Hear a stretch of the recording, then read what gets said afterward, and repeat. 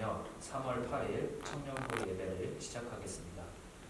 나는 전능하신 아버지 하나님 천지의 창조주를 믿습니다. 나는 그의 유일하신 아들 우리 주 예수 그리스도를 믿습니다. 그는 성령으로 잉태되어 동정녀 마리아에게서 나시고 본디오 빌라도에게 고난을 받아 십자가에 못 박혀 죽으시고 장사된 지 사흘 만에 죽은 자 가운데서 다시 살아나셨으며 하늘에 오르시어 전능하신 아버지 하나님 우편에 앉아 계시다가 거기로부터 살아있는 자와 죽은 자를 심판하러 오십니다. 나는 성령을 믿으며 거룩한 공교회와 성도의 교제와 죄를 용서받는 것과 몸의 부활과 영생을 믿습니다. 아멘.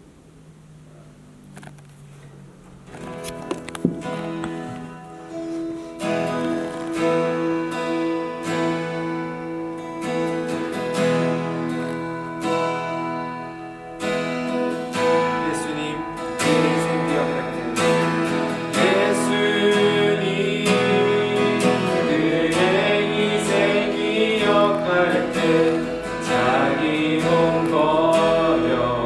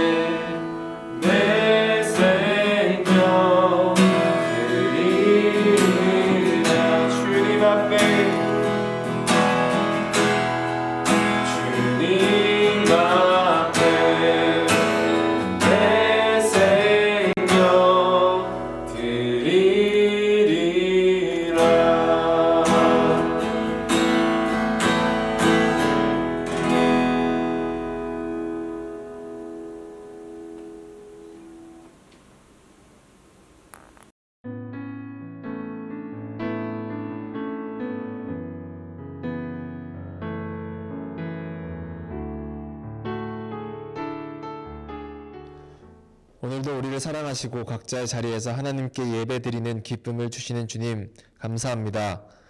코로나19 바이러스로 인해 함께 모이지 못하지만 다양한 방법들로 하나님 안에 한 공동체이심을 알게 하시고 또 서로가 서로를 위해 기도하게 하심을 감사드립니다. 하나님, 저희는 지금 혼란스러운 세상 속에 살아갑니다. 세상에는 미움과 선동과 두려움을 조장하는 가짜뉴스가 판을 치고 있습니다. 그러한 상황에 구별된 삶을 살기보다 세상과 함께 두렵고 떨리고 의심하고 판단했던 한 주간 저희들의 모습을 돌아봅니다. 주님, 어둠과 혼란 가운데 삼켜지기보다 하나님의 위로하심과 치료하심을 기대하게 하시며 아프고 두려워하는 영혼들을 위해 먼저 기도하고 선을 베풀 수 있는 우리 하이 청년 공동체 되게 하시옵소서. 또 영적 분별력을 주셔서 수없이 흘러나오는 정보들 속에 하나님의 선함을 발견하여 매일 감사함으로 살아갈 수 있는 은혜 내려 주시옵소서. 지금 예배드립니다. 비록 같은 장소에서 목소리 모아 예배하지는 못하지만 각자의 자리에서 드리는 진실된 마음이 모아져 하나님께 기쁨이 되는 예배가 되길 소망합니다. 말씀 전하시는 송요한 목사님께 능력 주시고 목사님을 통해 선포되는 말씀들이 각자 마음에 잘 심기어 우리의 빛되어 주시는 예수님 한 분만 의지하며 다시 한 주간 살아가는 우리 사랑하는 하이 청년 공동체가 되길 소망합니다. 감사드리며 오늘 우리를 크신 사랑으로 품어주시는 예수 그리스도의 이름으로 기도드립니다. 아멘.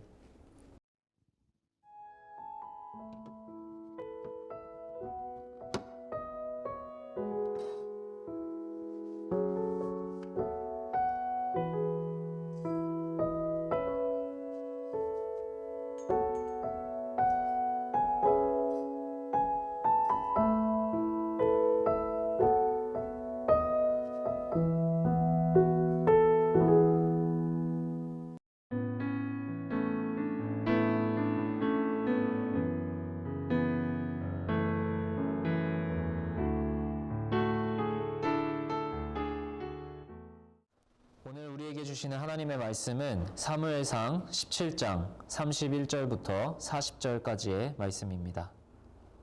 각자의 자리에서 한 목소리로 함께 읽겠습니다. 어떤 사람이 다윗이 한 말을 듣고 그것을 사울에게 전하였으므로 사울이 다윗을 부른지라. 다윗이 사울에게 말하되 그로 말미암아 사람이 낙담하지 말 것이라. 주의 종이 가서 저 블레셋 사람과 싸우리이다 하니 사울이 다윗에게 이르되 내가 가서 저 블레셋 사람과 싸울 수 없으리니 너는 소년이요 그는 어려서부터 용사임이니라. 다윗이 사울에게 말하되 주의 종이 아버지의 양을 지킬 때에 사자나 곰이 와서 양떼에서 새끼를 물어가면 내가 따라가서 그것을 치고 그 입에서 새끼를 건져내었고 그것이 일어나 나를 해하고자 하면 내가 그 수염을 잡고 그것을 쳐 죽였나이다. 주의 종이 사자와 곰도 쳤은즉 살아계시는 하나님의 군대를 모욕한 이 할례 받지 않은 블레셋 사람이리까 그가 그 짐승의 하나와 같이 되리이다. 또 다윗이 이르되 여호와께서 나를 사자의 발톱과 곰의 발톱에서 건져내셨은즉 나를 이 블레셋 사람의 손에서도 건져내시리이다. 사울이 다윗에게 이르되 가라 여호와께서 너와 함께 계시기를 원하노라. 이에 사울이 자기 군복을 다윗에게 입히고 노투구를 그의 머리에 씌우고 또 그에게 갑옷을 입히매 다윗이 칼을 군복 위에 차고는 익숙하지 못하므로 시험적으로 걸어보다가 사울에게 말하되 익숙하지 못하니 이것을 입고 가지 못하겠나이다 하고 곧 벗고 손에 막대기를 가지고 시내에서 매끄러운 돌 5을 골라서 자기 목자의 제구 곧 주머니에 놓고 손에 물매를 가지고 블레셋 사람에게로 나아가니라. 이는 하나님의 말씀입니다.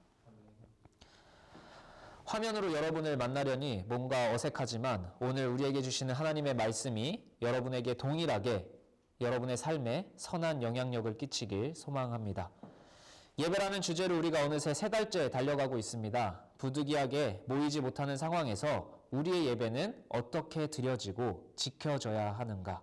모이는 예배가 너무 중요하지만 이 상황에서 우리는 말씀을 통해 또 다른 지혜를 얻을 수 있을 것이라고 생각을 합니다. 오늘은 삶을 예배로 채우라 라는 말씀을 나누고자 합니다.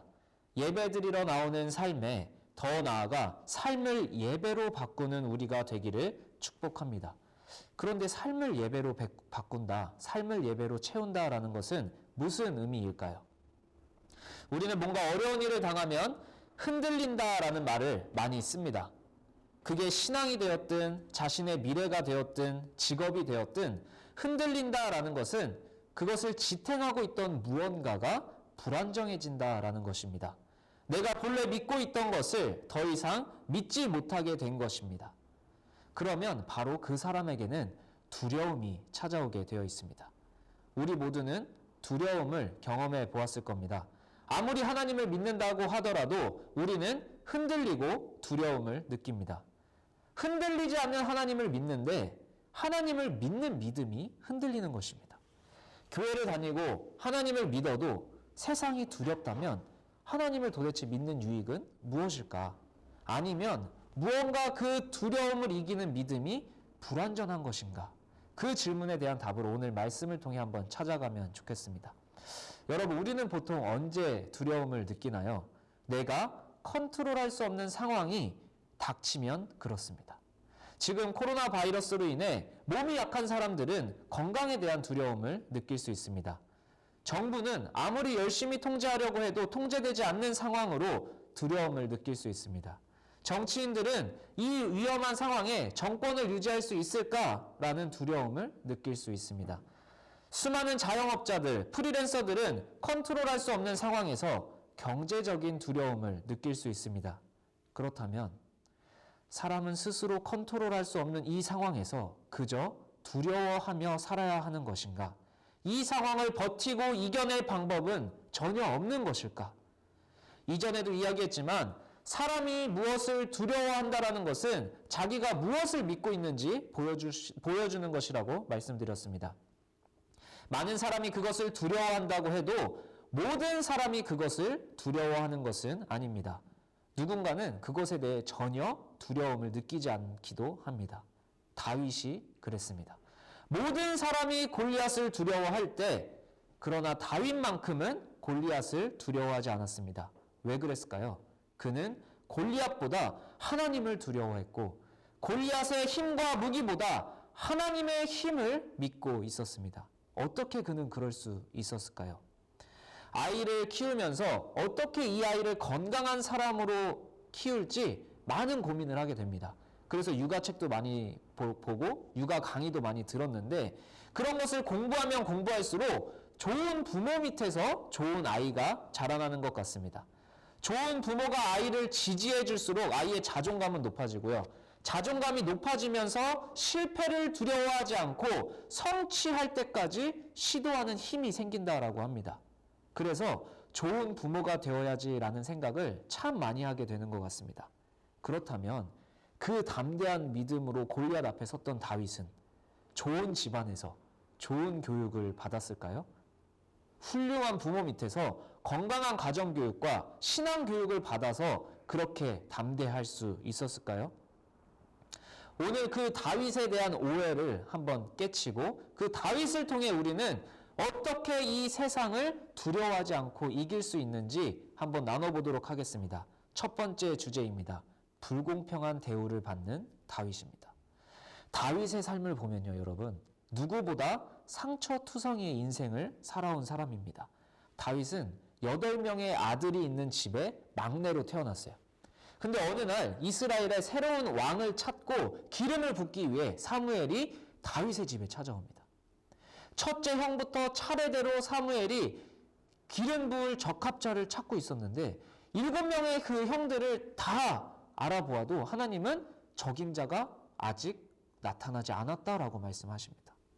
사무엘이 아들 다 온 거 맞냐고 아버지에게 묻자 그제서야 그 아버지 이새는 아직 막내 아들이 남았습니다 라고 이야기를 합니다. 자, 그런데 여기서 막내라는 단어는요, 히브리어로 카탄이라는 단어인데 어린, 무가치한, 무의미한이라는 단어에서 파생한 단어입니다. 다윗은 가족에게 관심과 사랑을 받는 존재가 아니었던 겁니다. 그가 사는 세상은 무가치한 존재로 자신을 생각하는 세상 속에서 살고 있었던 겁니다. 가족에게 잊혀진 채로 혼자 양이나 치고 살고 있었던 겁니다. 그러던 어느 날 블레셋이 그 이스라엘에 쳐들어왔습니다. 다윗의 형 3명도 장남부터 차례대로 전쟁에 참여합니다. 그런데 평소에는 하찮은 아들이라고 생각하고 사무엘이 왔을 때는 부르지도 않던 아빠가 다윗을 부릅니다. 왜냐하면 그때 사울이 악령이 들어서 항상 두려움에 떨고 있었거든요. 그래서 다윗이 악기를 잘 켜기 때문에 그곳에 가서 사울의 두려움을 달래주고 있었습니다. 다윗에게 지금 네 형들을 위해 곡식과 떡과 치즈를 챙겨서 갖다 주고 오라고 도시락 심부름을 시킵니다. 중요한 일에는 기억도 안 하다가 평소에는 관심도 안 갖다가 아빠가 필요할 때는 제일 위험한 그 전쟁터에 가장 막내 아들을 스스럼 없이 보내버리는 겁니다. 막내 아들의 안전에 대해서는 그 누구도 관심을 갖지 않았어요. 아버지에 의해 보호받지 못하는 막내 아들이었던 것이 바로 다윗의 실존이었습니다. 이 부분을 읽으면서 저는 마음이 참 복잡하고 화가 났어요. 분명히 내가 공부한 육아 서적에는 아이를 지지하고 건강하게 키워야지만 그 아이가 건강한 사람이 된다고 했는데 다윗은 그런 상황이 전혀 아니었던 거예요. 누구보다 불평하고 원망할 만한 조건이 많은 사람이었던 거예요. 마땅히 사랑받아야 될 사람에게도 사랑받지 못했고 마땅히 보호받아야 될 사람에게도 보호받지 못하는 다윗. 항상 차별받았고 가족들에게는 찬밥 신세였습니다. 좋은 거 있을 때는 잊혀지고 힘들고 위험한 일에는 아무렇지 않게 부탁받는 존재가 바로 다윗이었던 겁니다. 지금의 교육 이론으로 따지면 다윗은 실패할 수밖에 없는 인생이었어요. 불공평한 세상과 사랑과 인정도 없는 세상을 향해 따지고 욕하고 신세 한탄해도 누구나 동의하고 다윗의 편을 들어줄 수 있는 그런 상황에 살고 있었던 거죠. 다윗, 너 말이 맞아. 너네 아빠 어쩜 그래? 라는 말을 해줄 수도 있겠죠.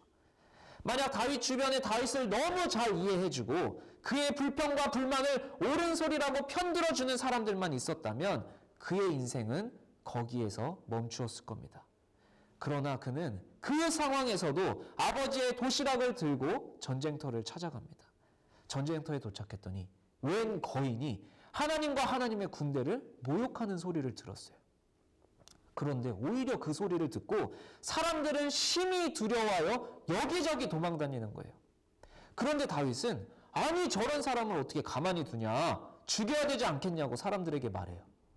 그 이야기를 또 다윗의 형이 듣게 됩니다. 그리고 오히려 다윗에게 화를 내요. 하나님의 군대, 하나님의 군사라면 마땅히 하나님을 모욕하는 골리앗에게 화를 내야 되는데 오히려 바른 소리, 옳은 소리를 하는 다윗에게 화를 내고 있는 겁니다. 왜냐? 그는 하나님을 두려워하는 게 아니라 골리앗을 두려워하고 있었기 때문이에요. 그 소문은 사울에게까지 흘러들어가고 사울은 다윗을 불러들입니다. 여기에서 우리는 다윗 인생이 새로운 국면으로 나아가는 것을 보게 됩니다. 다윗 인생의 두 번째 장면, 바로 불공평한 현실을 뛰어넘는 다윗입니다. 사울 앞에서도 다윗은 아주 당당합니다. 골리앗 때문에 우리가 낙담할 필요가 없습니다. 주의 종이 가서 저 블레셋 사람과 싸우겠습니다. 그러자 오히려 사울은 다윗을 말려요. 하나님의 기름을 부음받은 왕이면서도 다윗을 말리고 있는 거예요. 그러나 다윗은 여전히 담대한 겁니다. 내가 아버지의 양을 지킬 때 사자나 곰이 와서 새끼 양을 물어가면 내가 따라가서 쳐서 새끼를 구했고 그가 나를 해하고자 하면 쳐서 죽였다. 사자와 곰도 내가 이겼는데 하나님의 군대를 모욕하는 저 블레셋 사람을 내가 두려워할 필요가 없다라고 담대하게 고백을 하는 거예요. 다윗은 누구보다 하나님을 믿었습니다. 골리앗이 아무리 크고 거대해도 골리앗보다 하나님이 크시다라는 것을 믿었어요. 왜요? 그는 매일매일 자기를 살려주신 하나님을 경험했기 때문입니다. 다윗은 스스로 싸워서 이길 수 있다고 말하지 않았습니다. 주의 종이라고 스스로 표현했습니다. 숱한 사자와 곰을 물리쳤지만 그것이 자기의 수련으로, 자기의 훈련으로, 자기의 힘으로 이긴 것이 아니라 하나님이 나를 사자의 발톱과 곰의 발톱에서 건져내셨다라는 사실을 분명히 알고 있었기 때문입니다. 그는 내가 사자와 곰을 이겼다라고 얘기하지 않고 그래서 내가 골리앗도 내가 이겼다라고 이야기하는 것이 아닙니다. 하나님이 나를 사자와 곰으로부터 지키셨고 그래서 그 하나님의 이름으로 골리앗에게 나간다라는 것입니다. 다윗의 인생은 고되었습니다. 힘들고 외로웠습니다. 그러나 최선을 다해 하루하루를 살아냈습니다. 아무도 다윗을 눈여겨보지 않았지만, 신경 쓰지 않았지만 매일 자기에게 맡겨진 양을 지키기 위해 홀로 돌팔매질을 하면서 양을 지켜냈습니다. 삶의 자리 한가운데서 몸부림치는 과정을 통해 그는 하나님을 향한 믿음이 자라났고 형성되었습니다. 자기가 맡은 양이 많든지 적든지, 누가 자기를 기억해 주든지 안 해주든지, 아빠가 나를 믿어주든지 믿어주지 않든지, 아빠가 평소에 나를 사랑하든지 사랑하지 않든지, 그는 진짜 나의 아버지 하나님과 함께 있었던 겁니다.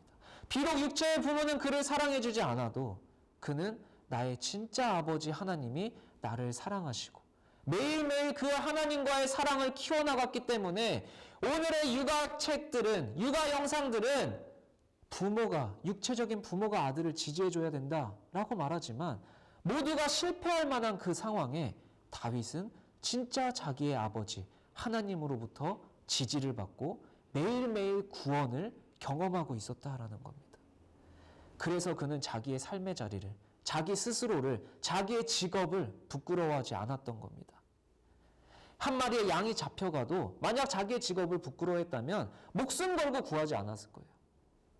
자기의 양이 많지 않아도, 자기가 소홀한 대접을 받아도 자기의 직업을 부끄러워하지 않았기 때문에 목숨을 걸고 사자와 곰을 쳐서 그 양을 구할 수 있었다라는 겁니다. 그런 그는 사울 앞에서 더욱더 놀라운 고백을 합니다. 전장에 나가겠다는 용기를 인정하고 사울이 다윗에게 자신의 노트구와 갑옷과 칼을 채워줄 때 그는 매일 하나님과 함께 맹수를 무찔러 온 다윗은 그 갑옷이 불편하다고 고백하며 벗어버리는 겁니다. 그래서 더 자신 있게 결정합니다. 갑옷을 벗고 매일같이 하나님과 함께 하면서 갖고 있었던 막대기, 조약돌, 물매만 가지고 담대하게 골리앗 앞에 서는 것입니다. 여러분, 세상이 두렵고 상황이 두렵고 미래가 두려운 청년이 있다면 이 시간 여러분의 삶의 자세, 우리의 삶의 태도를 돌아보면 좋겠습니다. 우리는 일상의 삶을 무엇으로 채우고 있습니까? 걱정과 고민으로 일상을 채우고 있지는 않습니까? 불평과 불만으로 일상을 채우고 있지는 않습니까? 다윗은 사자와 곰이 나타났을 때 왜 하필 내가 키우는 양들에게 나타나냐고 불평할 수 있었습니다. 하나님이 지켜주셔야지 왜 사자와 곰을 자꾸 보내냐고 원망할 수 있었습니다. 아버지가 도시락을 가져다 주라고 했을 때 평소에는 관심도 안 가지면서 왜 이런 일은 나만 시키냐고 원망할 수 있었습니다. 가다 죽으면 어떡하지? 걱정 고민할 수 있었습니다. 그러나 여러분, 그는 자신에게 주어진 양을 지키기 위해 매일같이 돌팔매질을 연습하고 사자와 곰이 나타나도 걱정하거나 불평하지 않고 평소에 연습한 돌팔매질로 그들을 무찔렀던 것입니다. 그리고 그 경험이 온전히 쌓였을 때 하나님은 어쩌면 불공평한 대우일 수 있는, 불합리한 대우일 수 있는 아버지의 선택을 사용하셔서 다윗을 골리앗 앞에 세우게 되신 겁니다. 다윗이 만약 양치는 일이 중요하지 않다고, 나는 이런 불공평한 대우를 받을 수 없다고 포기했다면, 돌팔매질을 게을리했다면, 나의 상처만 묵상하다가 형들에게 도시락을 전해주지 않고 그냥 아빠 말에 불순종했다면 그는 골리앗을 쓰러뜨린 다윗이 아니라 블레셋에게 함락당한 패전국의 노예로 살았을 것입니다. 여러분, 우리 삶의 두려움을 이기고 하나님을 믿는 믿음을 지키는 것은 대단한 일을 해야만 얻는 것이 아닙니다. 주어진 삶의 자리에서 정직하게, 성실하게, 신실하게, 순결하게 살아내는 것입니다. 순결함이 용기이고 정직함이 용기이고 신실함이 용기인 것입니다. 여러분 인생에 곰과 같은 상사가 있을 것이고 사자 같은 절망적인 상황이 입을 벌리고 여러분을 삼키려고 기다릴지 모릅니다. 충분히 불평하고 불만을 표현하며 불공평한 대우와 상황이라고 이야기할 만한 수많은 상황들이 여러분 앞에 있을 겁니다. 그러나 여러분 기억하길 축복합니다. 일상을 불평과 걱정으로 채우면 우리는 세상을 향해 담대한 자가 될 수 없습니다. 일상을 예배로 채울 때, 삶을 예배로 채울 때 그 예배가 삶을 담대하게 변화시킬 것을 저는 믿음으로 선포합니다. 위대한 비전, 큰 꿈을 품기 전에 우리의 오늘, 우리의 일상을 좋은 것으로 채워야 합니다. 꿈을 이루어가는 하루하루의 공부와 업무에 최선을 다해야 합니다. 내게 주어진 일을 말씀으로 하나님과의 경험으로 최선을 다해 수행해 나갈 때 골리앗을 이길 수 있는 담대함과 힘을 갖게 되는 겁니다. 우리가 꿈을 품는 것보다 더 중요한 것은 우리의 일상을 하나님 안에서 품어내는 것이라고 생각합니다. 여러분의 삶에 때로는 이해할 수 없는 하루하루, 그 일상의 수많은 받아들이기 어려운 경험들을 통해 여러분은 알게 모르게 하나님이 우리를 빚어가고 계시다라는 것을 믿기를 축복합니다. 누군가는 골리앗을 이긴 다윗을 기적이라고 할 수 있을지 모르겠지만 그것은 기적이 아니라 최선을 다해 하루하루를 하나님과 교제한 예배의 결과였습니다. 그 예배로 여러분이 선한 분별력을 갖길 축복합니다. 사울이 주는 투구와 갑옷과 칼이 불편해서 벗을 수 있는 용기를 갖기를 축복합니다. 세상의 영광을 취하다가 수치를 당하는 그리스도인들을 우리가 얼마나 많이 보게 됩니까? 내가 하나님 말씀대로 살았더니 사울 왕이 투구와 갑옷과 칼을 주네? 하나님 은혜다. 이렇게 고백할 수도 있습니다. 그러나 벗어야 됩니다. 사울 왕과 이스라엘이 골리앗을 두려워한 이유는 그들이 가진 갑옷과 무기보다 골리앗의 갑옷과 무기가 더 크고 대단했기 때문입니다. 세상을 이기겠다고 하면서 세상의 무기만 가지려고 한다면 우리는 또다시 세상이 주는 두려움에 빠질 수밖에 없습니다. 매일매일 하나님과 세상을 이겨낸 것은 갑옷과 무기가 아니라 조약돌과 막대기였던 것입니다. 내가 매일의 두려움을 하나님으로 이겨낸 그것으로, 내가 매일의 두려움을 이겨낸 하나님의 말씀과 예배로 더 큰 두려움도 이길 수 있는 겁니다. 더 큰 두려움 앞에서 결국 세상의 것을 취하여 똑같이 두려움에 빠지는 그런 분별력 없는 삶이 우리의 삶의 종착지가 되지 않기를 여러분을 축복합니다. 다윗을 담대하게 한 것은 그러나 물매와 조약돌이 아니었습니다. 다윗은 골리앗 앞으로 나아가면서 나는 조약돌로 나간다라고 이야기하지 않았어요. 나는 물매로 나간다라고 이야기하지 않았어요. 나는 만군의 여호와의 이름으로 나아간다. 그는 물매와 돌, 훈련으로 일상을 채운 것이 아니라 하나님의 이름으로, 여호와 만군의 여호와 이름으로 그의 일상을 채워나갔던 것입니다. 하이 청년부 여러분, 우리는 상당히 어려운 상황에 놓여 있습니다. 생각지도 못한 전염병으로 인해 학생들은 공부의 자리에 있기 어렵습니다. 회사원들은 매일같이 찝찝한 마음으로 출퇴근을 합니다. 프리랜서와 자영업자들은 직격탄을 맞았습니다. 그러나 그럼에도 우리는 다른 가치로 이 시간을 이겨내길 축복합니다. 여러분에게 주어진 일상을 최선을 다해 살아내면 좋겠습니다. 불평과 불만이 나올 수 있습니다. 너무 잘 압니다. 그러나 그럼에도 하나님의 이름으로 일상을 채워나가는 하이 청년부 청년들이 되기를 축복합니다. 여러분의 삶을 예배로, 여러분의 삶을 하나님의 이름으로, 여러분의 삶을 하나님의 말씀과 능력으로 채워나가면 좋겠습니다. 그 예배가 여러분의 삶을 결국은 승리로 이끌어갈 것을 하나님의 이름으로 믿음으로 선포합니다. 만군의 여호와의 이름으로 골리앗 앞에 선 다윗의 자리에 하이 청년부 청년들이 서 있길 축복합니다. 이 시간 우리가 함께 기도하면 좋겠습니다. 하나님, 이 시간 나의 삶을 하나님의 이름으로 채우게 하옵소서. 나의 삶을 예배로 채우게 하옵소서. 걱정과 고민과 두려움과 슬픔과 불평과 불만으로 채우던 습관이 있었다면 이제는 내 삶을 돌이켜 하나님의 이름으로 일상을 채우게 하옵소서.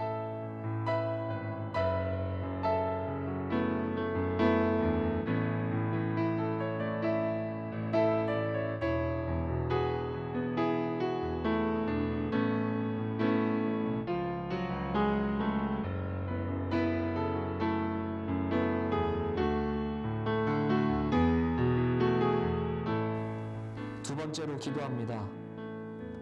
하나님의 이름으로 내 작은 환난들을 이겨나갔을 때 온전한 분별력을 갖게 하옵소서.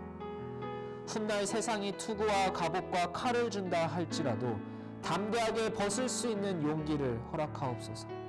그것을 취하여 다시 세상을 두려워하는 자리에 서는 것이 아니라 만군의 여호와의 이름으로 더 큰 두려움 앞에 설 수 있었던 다윗의 자리에 내가 서 있게 하옵소서.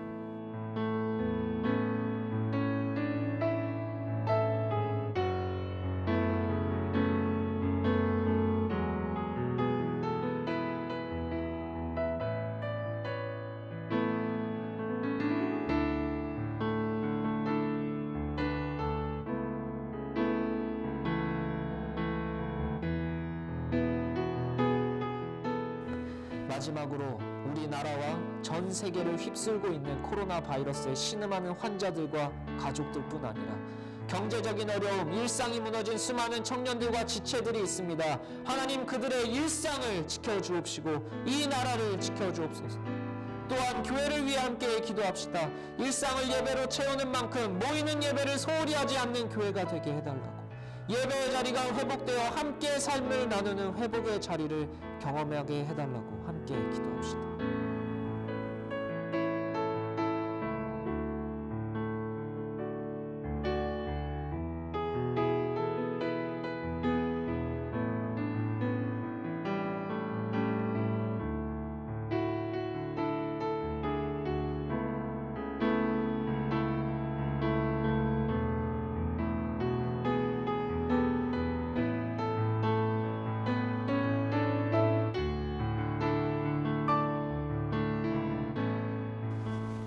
하나님, 이 시간 우리가 각자의 자리에서 함께 예배합니다. 너무나 어려운 상황 속에서, 생각지도 못한 상황 속에서 우리는 두려울 수 있습니다. 그러나 이 매일의 삶을 하나님의 이름으로 채우며 담대함과 용기로 살아내는 주님의 자녀들 되게 하여 주시고, 아버지 하나님, 매일 하나님의 이름으로 수많은 환난들을 이겨나갈 때 온전한 분별력을 통하여 세상의 방법이 아닌 하나님의 이름으로 이 세상에 담대하게 서는 청년들 되게 하여 주옵소서. 무엇보다 우리나라와 전 세계를 휩쓸고 있는 코로나 바이러스의 아버지 하나님, 그 모든 종식이 주님의 손안에 있음을 믿음으로 고백합니다. 주님, 우리가 회개할 것이 있다면 회개하게 하시고, 아버지 하나님, 우리의 삶을 변화시킬 것이 있다면 변화되게 하셔서 아버지, 속히 코로나 바이러스가 하나님의 능력으로 종식되어 각자의 일상이 회복되는 아버지 귀한 경험을 우리가 다시금 회복하게 하여 주옵소서. 지금은 우리 주 예수 그리스도의 은혜와 하나님의 사랑과 성령의 교통하심이 어려운 상황 속에서 하나님의 이름으로 일상을 채우고자 다짐하는 모든 청년들 삶의 자리와 머리 위에 영원토록 함께 하실 것을 축원하옵나이다. 아멘.